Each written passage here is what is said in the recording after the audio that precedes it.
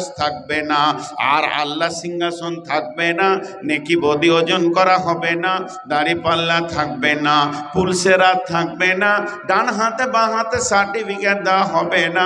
কিয়ামতকে গুটিয়ে শেষ করে দিয়ে দুইখানা ঠিকানাতে পরিণত হয়ে স্টপ হয়ে যাবে। মানুষদেরকে বলছি, একটু কষ্ট দিব। আপনারা আল্লাহকে ভালোবাসেন, এটা আমার বিশ্বাস। আপনারা রসুলকে ভালোবাসেন, এটা আমার বিশ্বাস। এখন যদি আমি জিজ্ঞেস করি আমাকে ভালোবাসেন, তাও বলবো যে হ্যাঁ ভালোবাসি। কিন্তু আল্লাহ এবং রসুলকে ভালোবাসি তার প্রমাণটা একবার দিতে হবে। এখন যদি আমি পারিবারিক গল্প শুরু করে দিই, তা আপনারা 3 মিনিটে ময়দান খালি করে পালিয়ে যাবেন যে খামকা ভ্যান ভ্যান করে বকছে, শুনে লাভ নাই। আর আমি যদি কোরআনের কথা বলি, হাদিসের কথা বলি, তাহলে আপনারা মহব্বতের সঙ্গে শুনবেন। আপনাদেরকে যে বসতে দেওয়া হয়েছে, এটা কোনো গদি নয়। মাথার উপরে যেটা দেওয়া হয়েছে, এটা একটা চট মাত্র। প্রত্যেকের বাড়িতে লেপ তোষক বিছানা যথেষ্ট পরিমাণে আছে, তারপরেও সে আরামকে দু পায়ে ঠেলে দিয়ে এই ফাঁকা ময়দানে এসে বসে আছেন শুধু প্রেম আল্লাহ এবং আল্লাহ রসুলের ওপরে, দিন ইসলামের ওপরে। সেই প্রেমিক, প্রকৃত প্রেমিক ওই যে প্রেমের টানে দৌড় মারতে পারে। সে লক্ষ্য করে না যে আমার কাছে কাঁটা আছে কি না। গোলাপ ফুলকে যে ভালোবাসে সে কাঁটা খায়, যে মধু খায় সে মৌমাছির হুল খায়। অতএব আমি আপনাদেরকে ছোট্ট একটি আবেদন করব, যে আবেদনটা কোরআনে আছে, যে আবেদনটা রসুল বলেছেন। আজকে আমি বড় মৌলানা নই, আমার ডিগ্রি নেই, ওদিকে দেখতে হবে না। শুধু আমার সব থেকে বড় চাওয়া পাওয়া আজকের দিনের জন্যে, আমি আপনাদের মেহমান, বহুত দূরের মেহমান। আপনারা আমাকে দাওয়াত দিয়ে এনেছেন। অতএব আজকের দিনের জন্যে আমার আবদার, আমি যেটা চাইব, আমাকে মিটাবেন, আমাকে ভালোবাসবেন। প্রকৃত মেজবান ওই যে মেহমানকে কোনোদিন করা কথা বলে না, অপমান করে না। মেহমানের চাওয়ার অধিকার আছে, অনেক কিছু চাইবে, মেজবান মিটাবে। এটাই হলো মেজবানের বড় গুণ। তো আমি তো মুসলিম, রসুলের ঘরে ইহুদি মেহমান সম্মান পেয়েছেন, রসুলের ঘরে ইহুদি মেহমান সম্মান পেয়েছেন।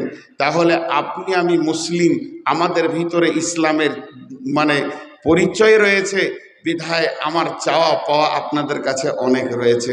আমি বেশি কিছু চাইব না, ছোট্ট একটা জিনিস চাইছি।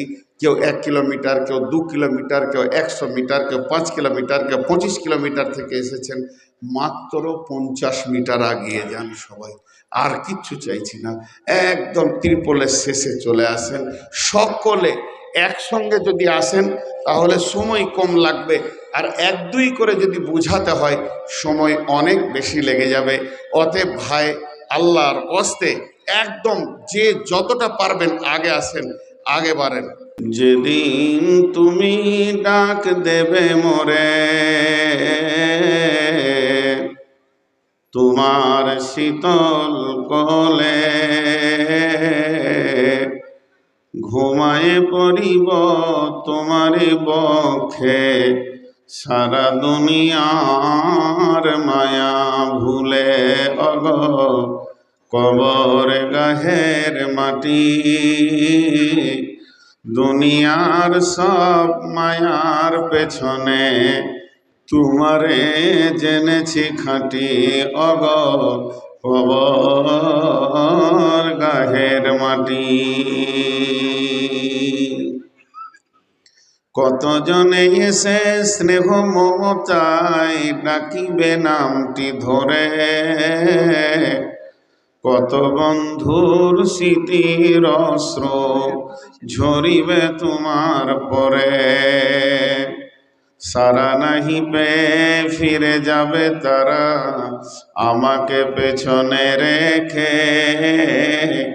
তুমি হাসিবে সবার কাঁদায়া, সবার অশ্রু মেখে।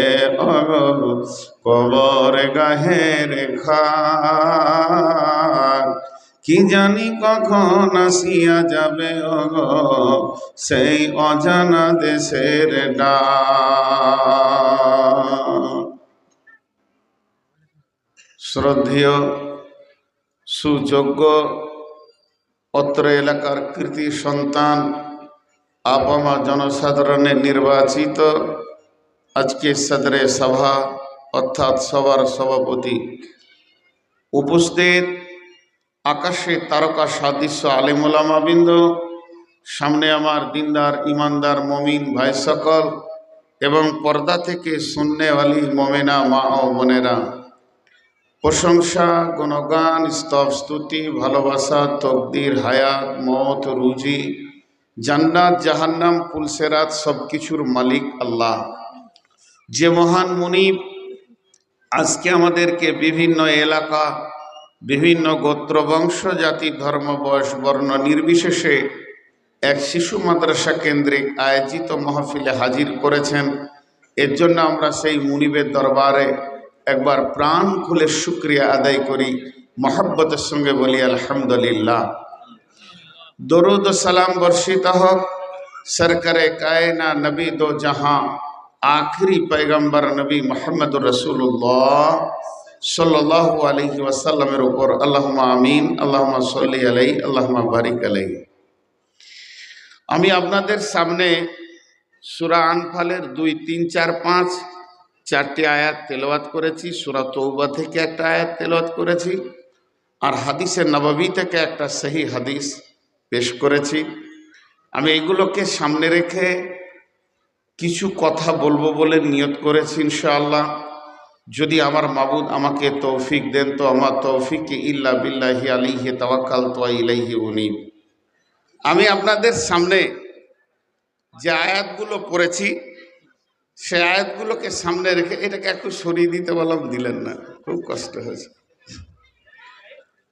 সূরা তওবা থেকে পড়েছি আর সূরা আনফাল থেকে। আমরা যে জায়গাটা বসে আছি এটার নাম দুনিয়া।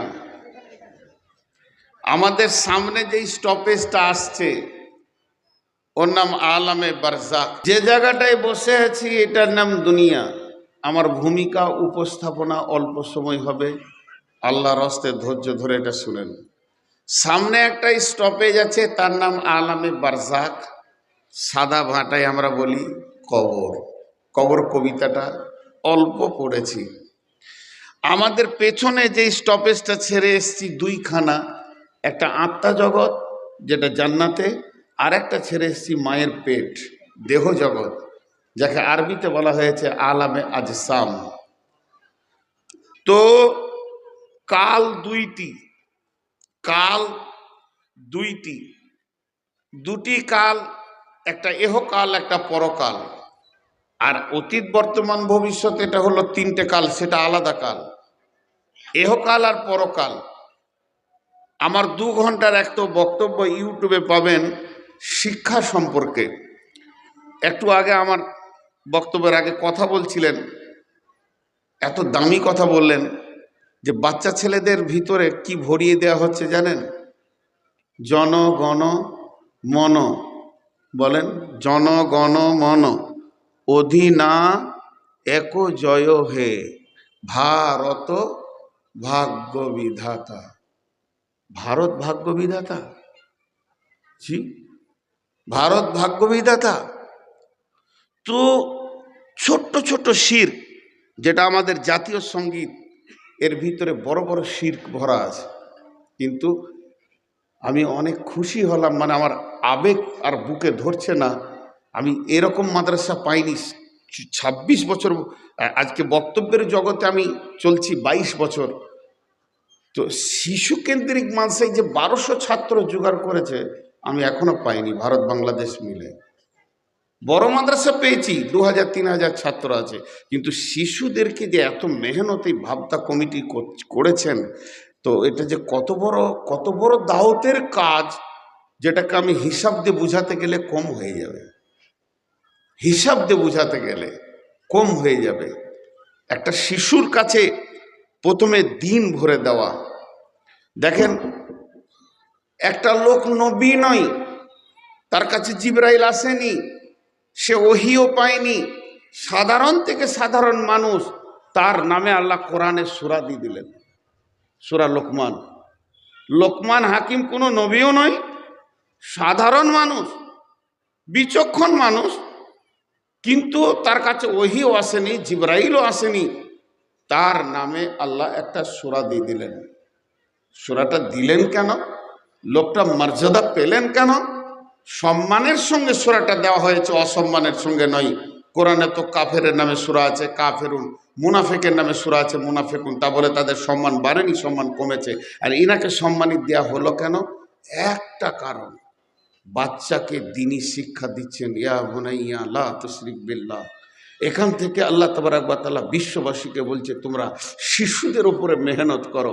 লোকমান হাকিম তার শিশুকে বসিয়ে প্রথম যে জ্ঞানটা দিচ্ছে, বেটা শিরক মুক্ত জীবন তৈরি করো। এটা চারটিখানি কথা নয়, প্রত্যেকটি পিতার গুরু দায়িত্ব তার সন্তানদেরকে আল্লাহর সঙ্গে কানেক্ট করে দেওয়া। আজকে সেই কাজ এই শিশু মাদ্রাসা করছে, সুবহানাল্লাহি ওয়া বিহামদিহি। তো যাই হোক, পরে কথা বলবো। তো এর নাম দুনিয়া। আমরা আত্মা জগৎ থেকে চলে এসেছি, মায়ের পেট থেকে ধীর গতিতে আগাতে রয়েছি। কিছু জিনিস একটু খেয়াল করেন। আমার মন চাই চা নাই চাই, মত একদিন আসবে। আপনারা একবার মুখ খুলেন, আমার মন চাই চাই না চাই, মত একদিন আসবে কি আসবে না? আমার কাজ গুছানো হোক চাই না হোক, মত একদিন আসবে। আমার সুস্থ শরীর থাক অসুস্থতা থাক, চাই ব্যস্ততা থাক চাই ফুরসেত থাক, এদিক দিয়ে খেয়াল করবে না, সে একদিন, জোরে বলেন, সে একদিন আসবে। ঠিক আর একটা জিনিস আমরা খেয়াল করি না, আমরা চুপচাপ বসে আছি, রেস্টে আছি, ছুটিতে আছি, বহু কথা বলি, স্কুলে ছুটি, মাদ্রাসায় ছুটি, এখন অফ সিজন, বর্ষা, জলসা হচ্ছে না, ছুটি।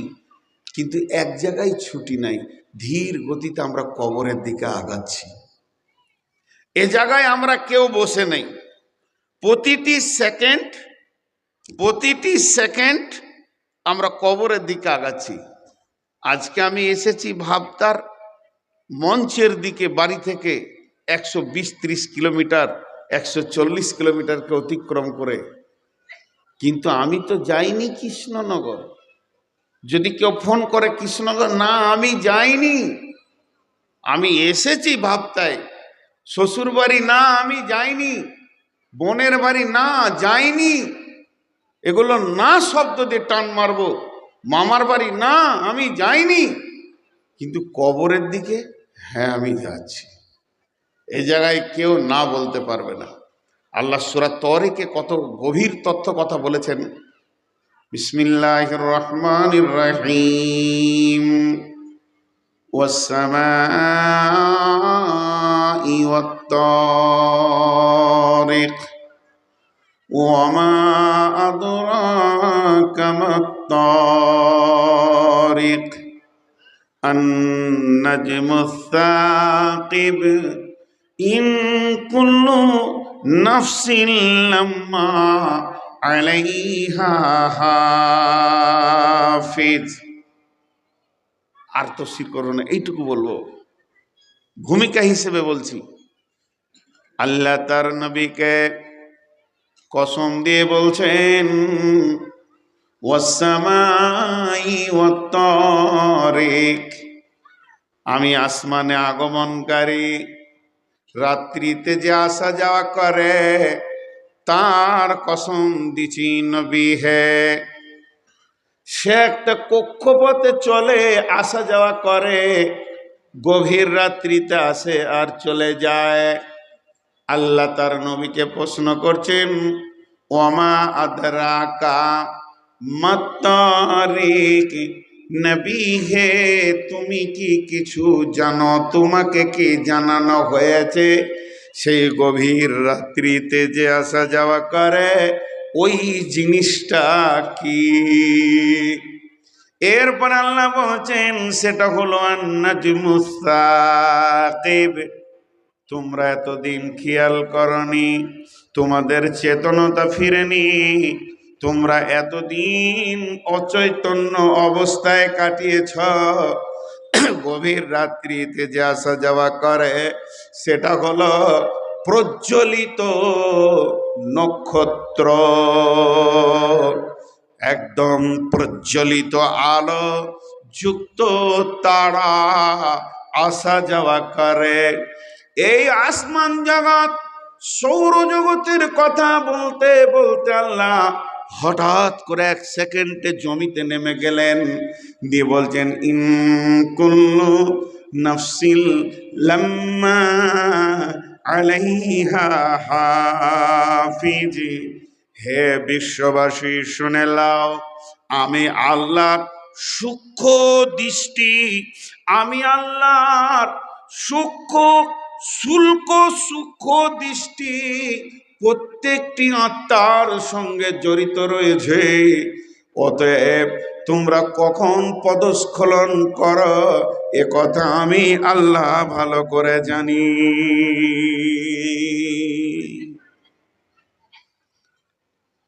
আসমানে তারা আছে কতগুলো বাবজি? 12,500 কে বলছে? শুধু গ্যালাক্সির ভিতরে 1500 কোটি তারা আছে। আবার এমন ব্ল্যাক হোল পাওয়া গেছে, কালো গর্ত, প্রতি সেকেন্ডে তারাগুলো গিলে খাচ্ছে। আমি ওদের কথা বলবো না, মানুষের কথা বলবো। কিন্তু এতগুলো তারা, সূর্য, চন্দ্র, আসমান, জমিন, পৃথিবী, গ্রহ, প্লুটো, বুধ, মঙ্গল, যত গ্রহ আছে আল্লাহ বলছে তাদের একটা রাস্তা আছে, সেই রাস্তায় তারা যায়। আপনাদের এখানে একটা রোড আছে, রোডে ট্রাক যায়, রেল লাইনে রেল যায়, রেল রোডে যাবে না, ট্রাক রেল লাইনে যাবে না, নিজের নিজের লাইন আছে। কিন্তু আসমানে যে প্লেন চলে, প্লেনের রাস্তা আছে, দেখেছেন? ওখানে ঢালাই দিয়ে পিচ দিয়ে করে দিয়েছে, তাই না? প্লেনের রাস্তা আছে। এতগুলো কথা হানা বলে না, সব মরা মানুষ বসে আছে। প্লেনের রাস্তা আছে, ওটা ঠিক ম্যাপ করা আছে কে কোন দিকে যাবে।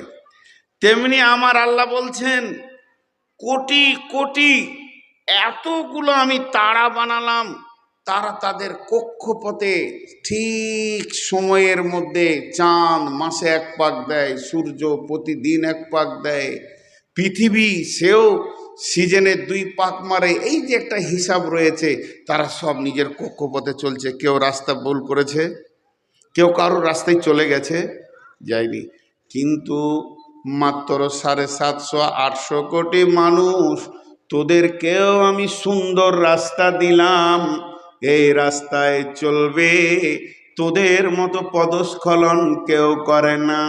একবার যদি সূর্য পদস্খলন করে দিত, কিংবা কোনো তারা বলতো আল্লাহ তোমার কথার বাইরে চলবো, পৃথিবীটা সঙ্গে সঙ্গে ধ্বংস হয়ে যেত। তো আমার আল্লাহ বলছেন আমার দেওয়ার রাস্তায় চলছিস না আমার দেওয়ার না দেওয়া রাস্তায় চলছিস, এটা আমি আল্লাহ শুল্ক দৃষ্টিতে রেখেছি।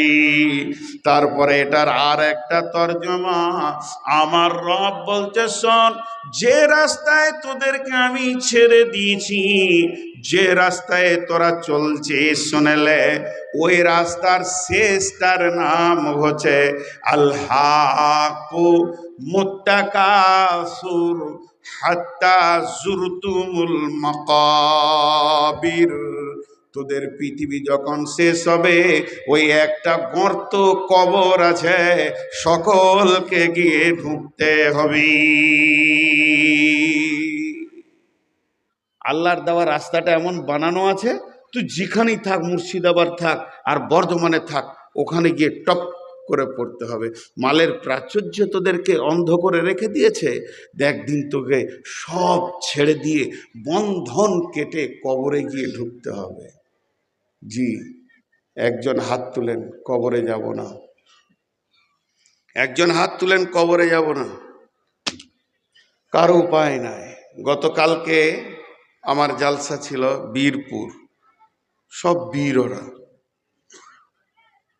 ওখানে বক্তব্যের বিষয় কি ছিল? কেউ গিয়েছিলেন আপনারা? কি বিষয় ছিল? মুত্তাকি।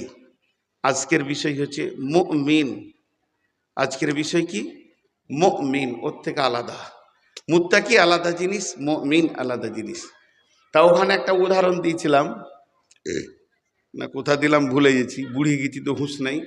এই যে চটটা দিয়েছেন, এই চটটাকে যদি 3 ফুট ওপরে টান করে সুন্দর করে দুদিকে দেওয়া হয় তো একটা ছাদের মতো হবে। যে অসংখ্য সরিষা ছিটিয়ে দেন, মাঝে একটা ফুটো করে দিয়ে শুধু একটা ইঁট দিয়ে ঝুলিয়ে দেন, প্রত্যেকটা সরিষা গিয়ে ওখানে top top top top top top করে একটা গর্তে সব। কথা বললেন না? বাংলাদেশে জালসা করে মজা লাগে, সবগুলো একটা গর্তে সব ঢুকে যাবে। আল্লাহ বলছেন ওয়াল আরদা মিহাদা, হে বিশ্ব মানবেরে, আমি জমিনটা তোমাদের জন্য বিছানা বানিয়ে দিয়েছি সুন্দর। তবে জেনে রাখো এই জমিনে তোমরা মার্বেল গুলির মতো, সাইকেলে বলের মতো পৃথিবীতে রিজালান কাসীরা ওয়ান নিসা, অসংখ্য পুরুষ আর নারীতে ভর্তি হয়ে গেছো, কিন্তু আমি এই জমিনের বুকে একটা গর্ত বানিয়েছি, খাল বানিয়েছি, যার নাম হচ্ছে কবর। ডাক্তার ঢুকতে হবে, মাস্টার হলো ঢুকতে হবে, ইমানদারকে ঢুকতে হবে, বেঈমানকে ঢুকতে হবে, শিক্ষিত ঢুকবে, অশিক্ষিত ঢুকবে, নারীও যাবে, পুরুষও যাবে, শিশু যাবে, বৃদ্ধ যাবে। পৃথিবীর এমন একজন নয় যাকে কবর থেকে মাফ করে দেয়া হবে। আল্লাহ নবী কবরের আর একটা নাম দিয়েছেন আলামে বারজাখ। আলামে বারজাখ শব্দের অর্থ হলো মৃত্যুর পরেই কাল। এর মানে এই জায়গাতে হিন্দু শ্মশানে যাক আর খ্রিস্টানকে সমাধি দেওয়া হোক, কিংবা বর্গীদের পুঁতে দেওয়া হোক, পুড়িয়ে দেওয়া হোক, জ্বালে দেওয়া হোক, আল্লাহর নবী বলছেন যখন হিন্দু কোনো লাশকে চিতার ওপরে রাখা হবে, ওখানেই প্রশ্ন হয়ে যাবে মান রব্বুকা মা দীনুকা ওয়া মান নাবিয়ুকা। এ প্রশ্ন থেকে একজনও বাদ যাবে না।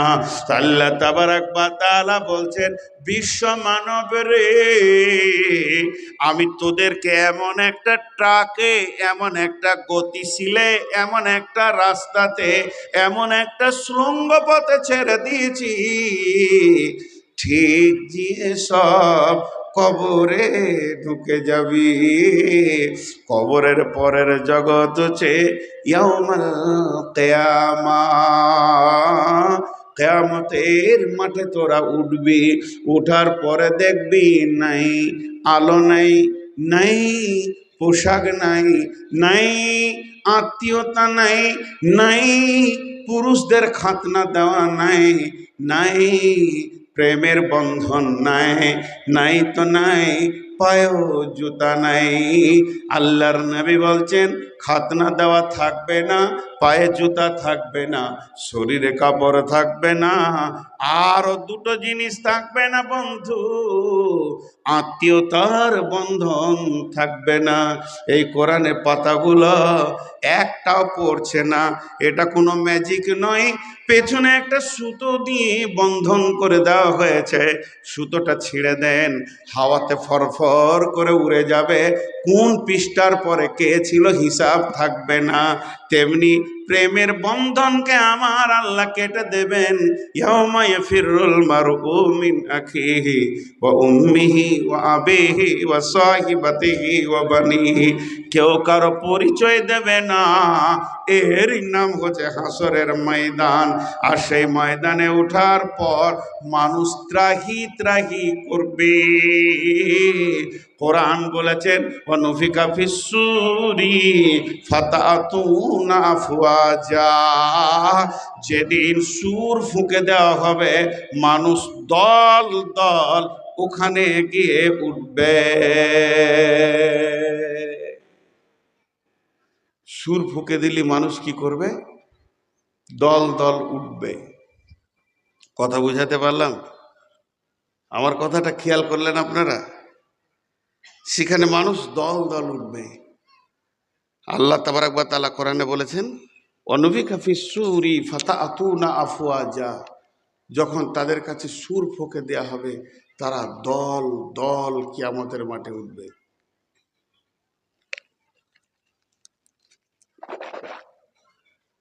দল দল উঠবে। এই কথাটা খুব খেয়াল করেন। একা একা থাকবে না, একা একা কেউ থাকবে না, সবাই দল দল উঠবে। কিরকম দলটা হবে? কোন বিশেষে দলটা হবে? ভাষা, বাঙালিরা এক জায়গায় উঠবে, ইংরেজি যারা বলে তাদের দল আলাদা হবে, আরবি যারা বলে তাদের দল আলাদা হবে কিয়ামতের মাঠে, ফার্সি যারা বলে তাদের দল আলাদা হবে, হিন্দি যারা বলে তাদের আলাদা হবে। জি না। দলটা কি নিয়ে হবে? তাহলে পুরুষের দল আলাদা, নারীর দল আলাদা? জি না। তাহলে কি দিয়ে হবে? দেশ বিশেষে ভারতের লোক এক জায়গায় থাকবে, পাকিস্তানের লোক এক জায়গায় থাকবে, সৌদির লোক এক জায়গায় থাকবে, বাংলাদেশের লোক এক জায়গায় থাকবে? জি না। দলটা হবে আমলের উপরে। কেমন? সারা পৃথিবীর যত কাফের আছে তাদের দল একটা হবে, সারা পৃথিবীর যত মুশরিক আছে তাদের দল আলাদা হবে, জালেমের দল আলাদা হবে, ফাসেকের দল আলাদা হবে, মুনাফিকের দল আলাদা হবে, মুমিনের দল আলাদা হবে, মুত্তাকির দল আলাদা হবে, সালেহিনের দল আলাদা হবে, শহীদের দল আলাদা হবে, আলিমের দল আলাদা হবে, হাফিজের দল আলাদা হবে। এইরকম ভাবে কিয়ামতের মাঠে গ্রুপ গ্রুপ হয়ে থাকবে। আল্লাহ সূরা নাবাতে বলছেন, ওয়া নুফিকা ফিস সূরি ফাতাতুনা আফওয়াজা, যখন ইসরাফিল সুর ফুঁকবে তখন মানুষ দল দল কিয়ামতের মাঠে উঠবে। দলটা বুঝা গেল? আমার বক্তব্য শেষ টেনে দিলাম। এবার মেন আয়াত যেটা পড়েছি সেখানে পৌঁছে যাচ্ছি। আমি এতক্ষণ যা বকলাম সেটাকে আমি 1 মিনিটে গুছিয়ে নিব, মেন আয়াতে চলে যাব। আমার এতক্ষণের বক্তব্যের বিষয়বস্তু এটাই ছিল, যে জায়গায় আছি এর নাম দুনিয়া, ধীর গতিতে আগাতে রয়েছি কিয়ামতের দিকে। একদিন কিয়ামত হবে, সেদিন মানুষ দল দল দল দল উঠবে। উপস্থাপনা শেষ। আজকে বক্তব্যের বিষয় হচ্ছে মুমিন। আজকে বক্তব্যের বিষয় হচ্ছে মুমিন। সকলে মহব্বতের সঙ্গে একবার বলি, আজকে বক্তব্যের বিষয় কি? মুমিন। তাহলে মুমিনের একটা দল আলাদা হবে, মুমিনের একটা দল আলাদা হবে। আর কিয়ামতের মাঠে ঠিকানা কয়টা থাকবে? 2টি। ফাআম্মা মান তাগা ওয়া আসারাল হায়াতাদ দুনিয়া ফাইন্নাল জাহিমা হিয়াল মাওয়া ওয়া আম্মা মান খাফা মাকামা রাব্বিহি ওয়া নাহান নাফসা আনিল হাওয়া ফাইন্নাল জান্নাতা হিয়াল মাওয়া। আল্লাহ তাবারাক ওয়া তাআলা বলছেন, একটা জায়গার নাম হবে জাহান্নাম, আর একটা জায়গার নাম হবে জান্নাত। আজকের পৃথিবীতে Bharat, Pakistan, Saudi, Sudan, New Zealand, বললেন আর কিছু আর কিছু আর কিছু, আর পৃথিবীর বুকে অনেক দেশ, অনেক জেলা, অনেক রাজ্য, হাজার হাজার থানা, সেগুলো কিছুই থাকবে না, ভেঙে চুরমার হয়ে মাত্র দুটি ঠিকানা হবে। আর যতগুলি মানুষ কিয়ামতের মাঠে উঠবে তারা ওই দুটি ঠিকানায় চলে যাবে। সেদিন কিয়ামতকেও ধ্বংস করে দেওয়া হবে। কিয়ামত একদিন শুরু হবে, কিয়ামত একদিন শেষ হবে। কবর একদিন শুরু হয়েছে, একদিন কবর শেষ হয়ে যাবে। সব জগতের শুরু আছে, শেষ আছে। জান্নাত আর জাহান্নামের জগতের শুরু আছে, শেষ নাই। অতএব বন্ধুরে, একদিন কিয়ামতে একজনকে দিয়ে বিচার শুরু হবে, একদিন বিচার শেষ হয়ে যাবে। আর আপনার কিনা আরশ থাকবে না, আর আল্লাহ সিংহাসন থাকবে না, নেকি বদি ওজন করা হবে না, দাড়ি পাল্লা থাকবে না, পুলসেরা থাকবে না, ডান হাতে বাঁ হাতে সার্টিফিকেট দেওয়া হবে না। কিয়ামতকে গুটিয়ে শেষ করে দিয়ে দুইখানা ঠিকানাতে পরিণত হয়ে স্টপ হয়ে যাবে। একটার নাম হলো জান্নাত আর একটার নাম হলো জাহান্নাম। এক